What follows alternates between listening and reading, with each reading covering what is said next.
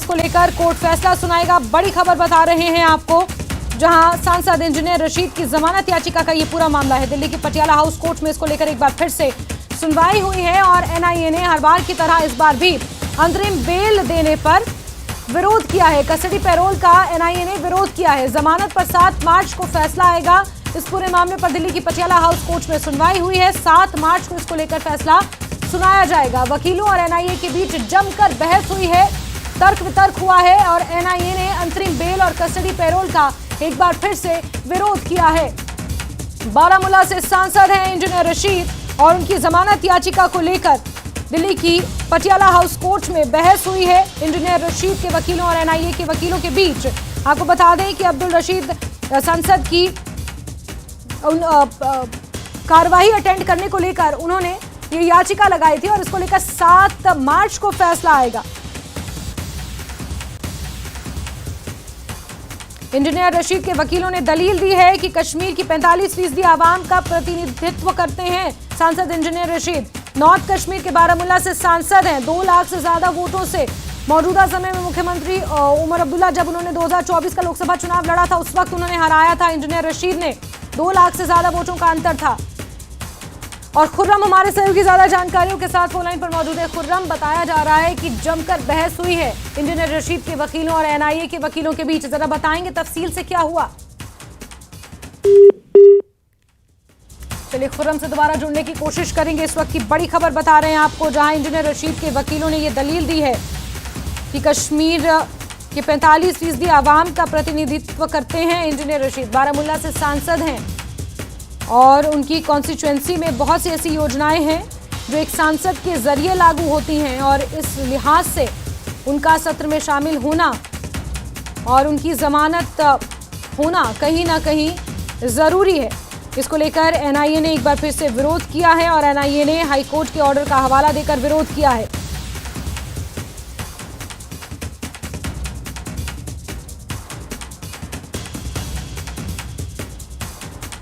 बड़ी खबर बता रहे हैं आपको, सांसद इंजीनियर रशीद की जमानत याचिका को लेकर दिल्ली की पटियाला हाउस कोर्ट में सुनवाई हुई है। जमकर वकीलों के बीच बहस भी देखने को मिली। पटियाला हाउस कोर्ट इस पूरे मामले पर 7 मार्च को अपना फैसला सुनाएगा।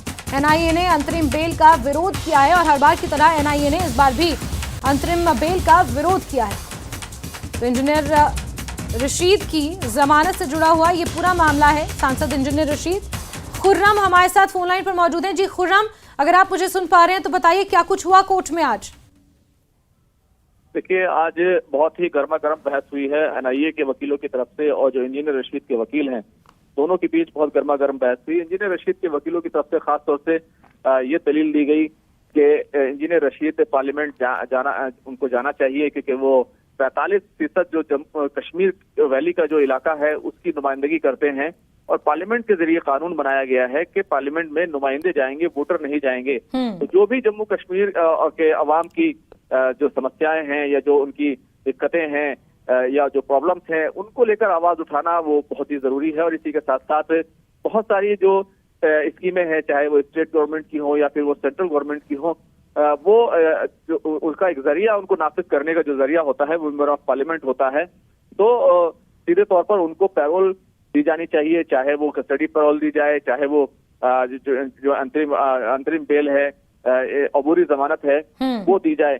तो इस तरह की दलीलें रखी गई जिसके काउंटर में जो है एनआईए की तरफ से जो है दिल्ली हाईकोर्ट के एक फैसले का हवाला दिया गया। सुरेश कलमाडी के हवाले से था कि उनको हाईकोर्ट की तरफ से इजाजत नहीं दी गई थी। फिर डबल बेंच में भी मामला गया, उसमें भी उनको इजाजत नहीं दी गई थी। लेकिन काउंटर जो दलील आई इंजीनियर रशीद के वकीलों की तरफ से वो सीधे तौर पर ये थी कि ठीक है नहीं दिया गया था लेकिन कोर्ट को इख्तियार हासिल है कि वो इजाजत दे सकता है, तो पार्लियामेंट जाने की इजाजत जो है उनको मिलनी चाहिए। इसी के साथ साथ एक एनआईए की तरफ से एक दलील ये दी गई कि अगर इंजीनियर रशीद को अगर पार्लियामेंट जाने की इजाजत दी जाती है और ये कहा जाता है कि सिर्फ ड्यूटी उनकी ड्यूटी है, उनका फर्ज है और लोगों की नुमाइंदगी करते हैं, तो कल को कोई डॉक्टर भी ये कहने लगेगा कि उसको अपने किसी मरीज की सर्जरी करनी है, लेकिन जिस तरह की संगीन इल्जामात के तहत वो बंद है, उनको इस तरह की इजाजत नहीं दी जा सकती। सिर्फ जो जुडिशियल कस्टडी में जो मुल्जिमान होते हैं उनको इस तरह की इजाजत दी जा सकती है, जिसके जवाब में काउंटर दलील के तौर पर इंजीनियर रशीद के वकीलों ने कहा कि इंजीनियर रशीद वो कोई आम शख्स नहीं है, बल्कि वो लोगों के नुमाइंदे हैं, इसलिए किसी वकील से, किसी डॉक्टर से उनको कंपेयर करना ये मुनासिब नहीं है। तो जोरदार दलीलें जो है रखी गई हैं।